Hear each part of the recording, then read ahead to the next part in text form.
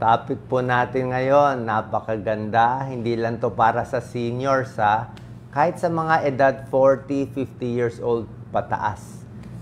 Actually, kahapon kasi meron kaming charity mission sa Bulacan. Sa Birch Tree Advance, namimigay kami libreng birch tree para sa mga senior. Parang gatas siya pang senior. 2,500 ang audience namin sa Bulacan. Tapos ito yung tinatanong nila sa akin.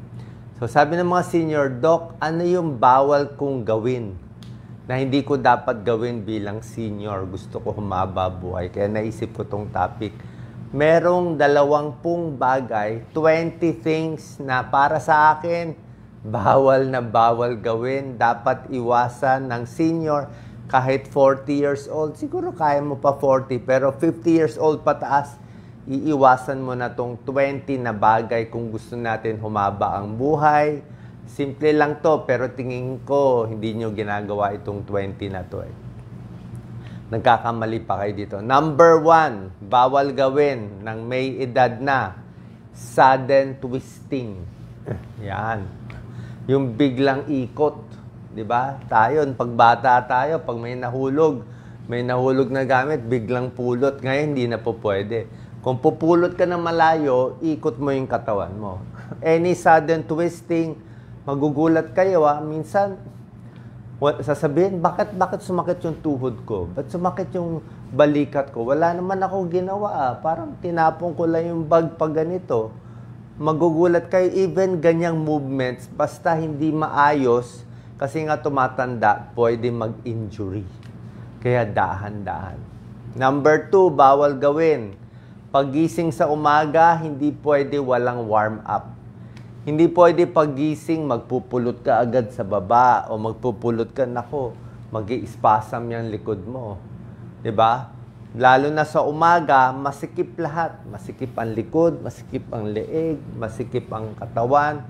So, paggising sa umaga, lakad-lakad muna. Siyempre, inom ng isang basong tubig na maligamgam. Turo ko sa inyo, 'di ba? Warm water in the morning, at least 1 glass, 1 o 2 basong tubig, tapos lakad-lakad lang muna. Palawagin mo muna yung likod mo, palawagin mo muna yung shoulder mo, tutunog yan, yung leeg mo, unti-unti mo na yung galaw. So after 5 to 10 minutes walking, konting stretch bago ka pumunta sa trabaho mo. Kung hindi, pwede ka mapilay, maaksidente. Okay? So sa umaga, baga sa kotse, pinapainit muna yung kotse natin 10 minuto. Okay? Bawal din mag-warm up. Number 3, bawal na kumain ng marami. Okay? Konti na lang kakainin natin. Dati, pwede ka kumain ng marami. Parang ganong karaming kanin kaya mo kainin. Sa utak natin, kaya natin kumain ng 3 platong kanin, tsaka ulam.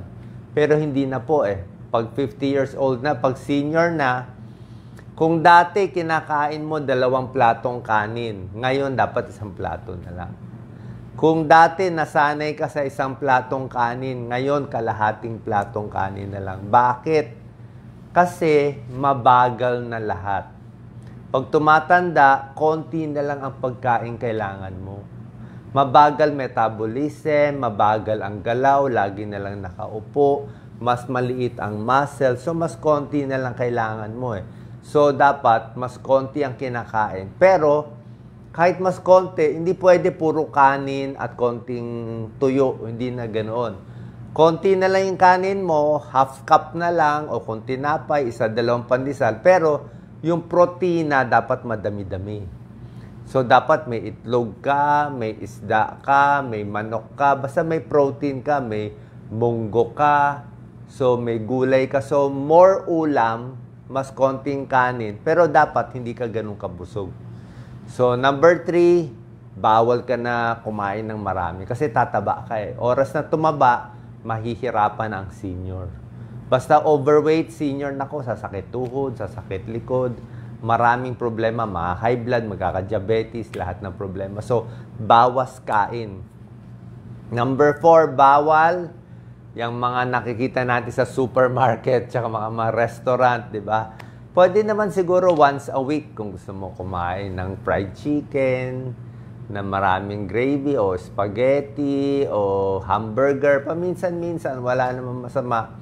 Pero hindi pwede pa ulit-ulit. Soft drinks, hindi na talaga. Yung mga matatamis, tubig na lang tayo. Tubig, tsaa. Gusto mo, konting kape. Tubig, tsaa, konting kape, pwede yan. Pero yung mga soft drinks, matatamis, hindi na po pwede gaano. Lalo na pag senior na. Kasi empty calories na yan eh. Lalaki lang ang tiyan nyo, hihina lang muscle nyo. Kasi lumilit ang muscle ng senior. Number 5, bawal. Ito, hindi alam to ng senior. Bawal na ngayon pag senior. Number 5, hilaw na pagkain. Okay? Anong hilaw? Kilawin. Okay, sushi. Masarap ang sushi. Masarap ang kilawin.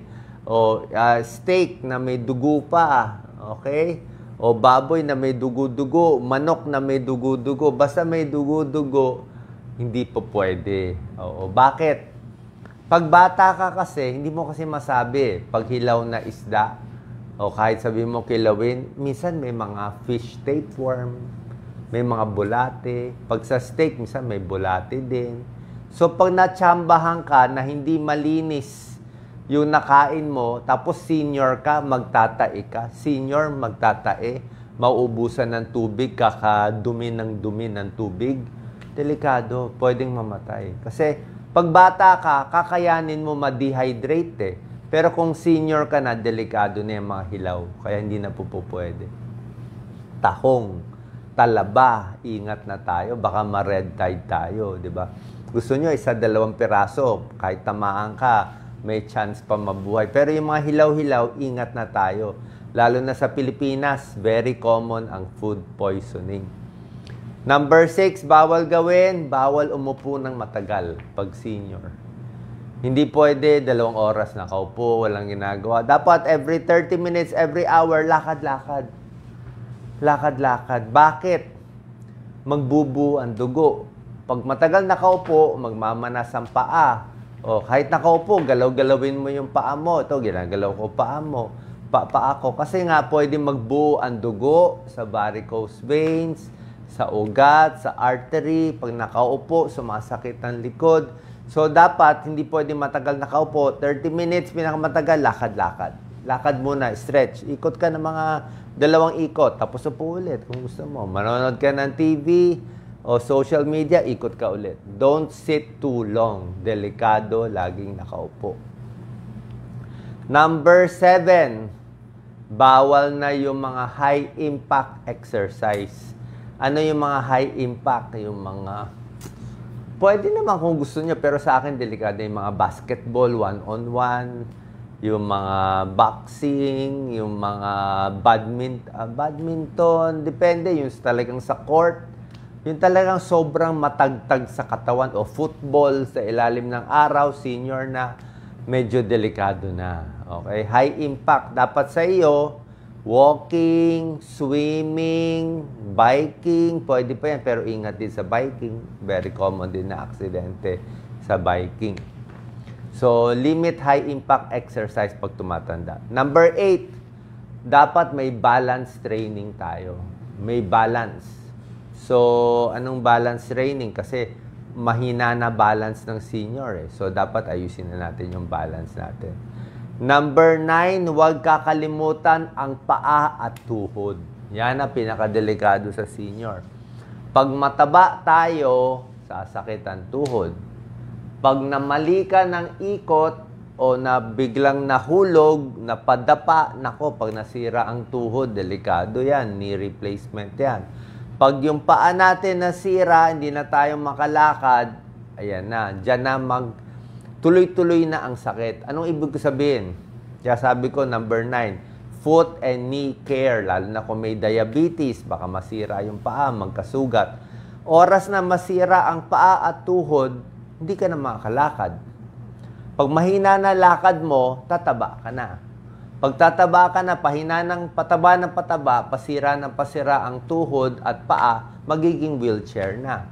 Pag wheelchair na, hindi nagagalaw ang bituka, hindi na makakadumi. Pag hindi na makadumi, heart attack na, ma-stress na. So, tuloy-tuloy na yan. Masira ang paa, tuhod, wheelchair, mamaya bedridden na, pahina ng pahina. Kaya yung paa at tuhod, pinakamahalaga, huwag magpapataba. Tiisin yung bawas kain. Talaga, pilitin magpapayat talaga. Ako, binipilit ko talaga magpapayat. Kahit kumukulot yan ko, talagang babawasan unti-unti. Kasi pag tumaba tayo ng 10 pounds, parang tayong may kargang silya na 10 pounds. Biro mo, itong silya nakapasan sa likod mo. So, nakapasan sa tiyan mo. Tsaka pag lumaki yung tiyan, hindi ka na makahinga. Hirap ka na sa lahat ng bagay. Okay? So, foot and knee, very important. Okay pa nga, minsan masakit ng shoulder eh. Kasi pag masakit shoulder mo, hindi ka makataas, at least makakalakad ka pa. Pero pag yung paa mo ang nagka-diferensya, yun ang diferensya. Buong katawan. Kasi walking is the best exercise. Huwag din sosobrahan, ha? Number 10, huwag kakalimutan uminom ng maraming tubig. Mga 6 na baso siguro pang senior, pwede na. Pero mga 8 to 10 glasses throughout the day. Number 11, syempre, bawal manigarilyo. Bawal uminom ng alak. Huwag nyo nasubukan yung alak kasi bakit pa mag-aalak? Kasi high calorie din siya. Tapos wala na tayong balance, inom ko pa ng alak. Walang magandang idudulot eh, walang panalo po. Kung di makatulog, mag-vitamin B na lang kayo o mag-melatonin kayo. Hindi pampatulog yung alak. Ang daming buhay, siguro bawas 10 taon sa buhay yan. Pag yung alak, ginagamit pampatulog, wala. Sira atay, sira yung sa utak, mabilis ma-stroke. Mabilis ma-stroke yung alcoholic. So, wag nang subukan, lalo na yung mga kababayan natin na sa probinsya, walang ginagawa, gusto mag-inuman, gusto mag-sigarilyo, wag na po. Malaking bawas sa buhay. Niwala po kayo. Number 12, wag din sobrang stress. Di ba? Yan ang kalaban eh. Number 12, sobrang galit, may kaaway. Di ba? Hindi rin maganda yan. Number 13, dapat dahan-dahan na ngayon yung kain. Huwag mabilisan. Kasi nga, pag tumatanda tayo, humihina ang lalamunan, mabilis tayong mabulunan, di ba? Humihina ang tiyan, ang panunaw, kaya pag kumain tayo, hindi na tayo matunawan. Kaya dahan-dahan na yung kain. Number 14, huwag kalimutan, dapat posture. Dapat laging tayo, laging maayos ang posture. Kasi pag hindi tama ang posture, magba-back pain. Yung ulo, huwag masyado naka-forward, wag kuba. Kasi maraming senior, di ba? Maraming senior, kuba eh. Kasi nga, tumatanda, osteoporosis, nagiging habit, kaya nga pipilit natin itayo. Kasi nga sumisikip eh, sumisikip eh. Sumisikip ang shoulder, kaya ino-open natin. Sumisikip yung kamay, ganun na lang yung kamay, kaya pinipilit natin i-open sa exercise. Pinipilit natin i-shoulder shrug. Pinipilit natin itayo. Pinipilit natin ilakad. Kasi nga, pag tumatanda, pasikip ng pasikip. Okay? Number 30 dyan. Number 14, don't ignore posture. Number 15, importante ipin. Okay? Dental care is very important kasi pag nasira ang ipin, hindi na makakain. Wala nang nutrition. Diba? Number 16, ito mahalaga. Huwag madidepress. Huwag madidepress. Alam nyo ba ano yung pinakamagandang pampahaba ng buhay? Tinanong ko to kahapon dun sa charity namin with Birch Tree Advance. Alam niyo ano pinakamagandang pampahaba ng buhay? Simple lang. Ang ganda-ganda ng tips ko eh. Ano pinakamagandang pampahaba ng buhay? Simple lang. It's the will to live.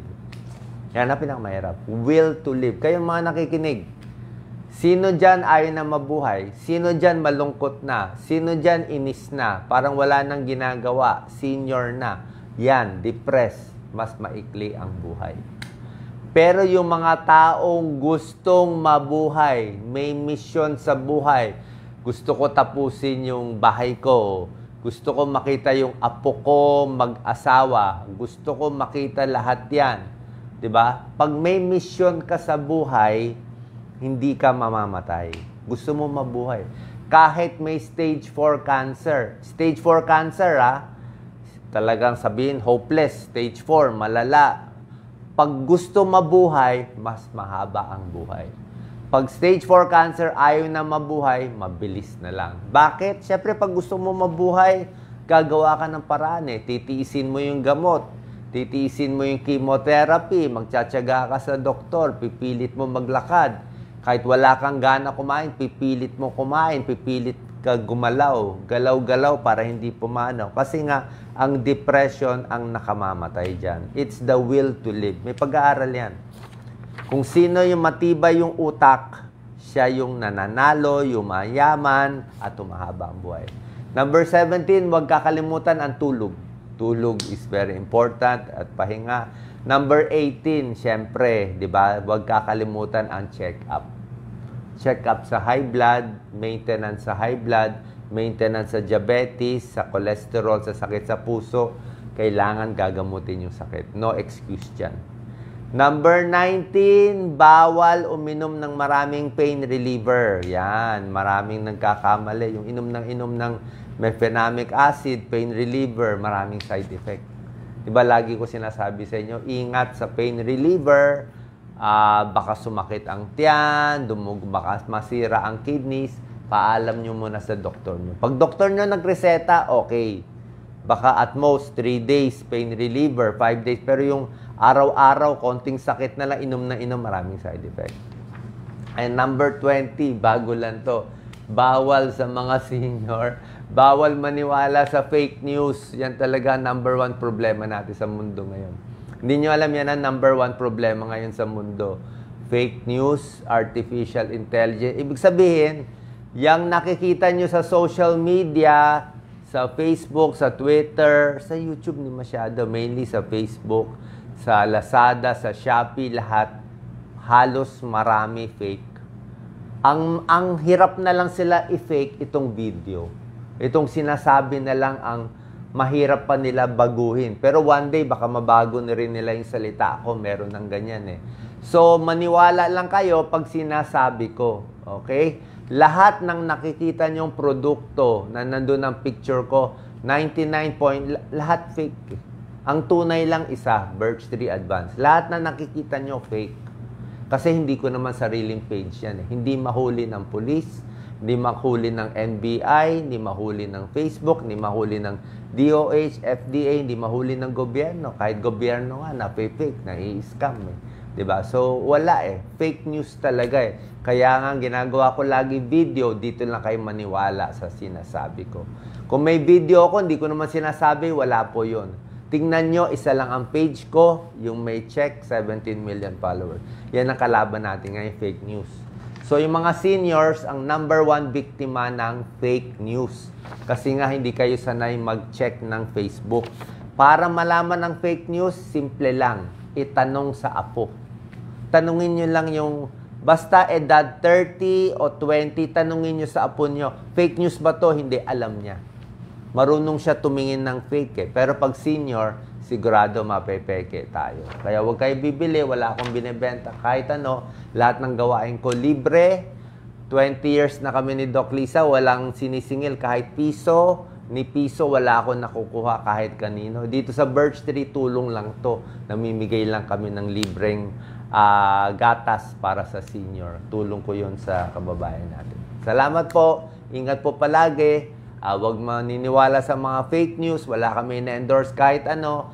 Doon na lang. Tanong nyo sa apo nyo. Alam niya ano ang fake at ano ang hindi fake. Salamat po. God bless.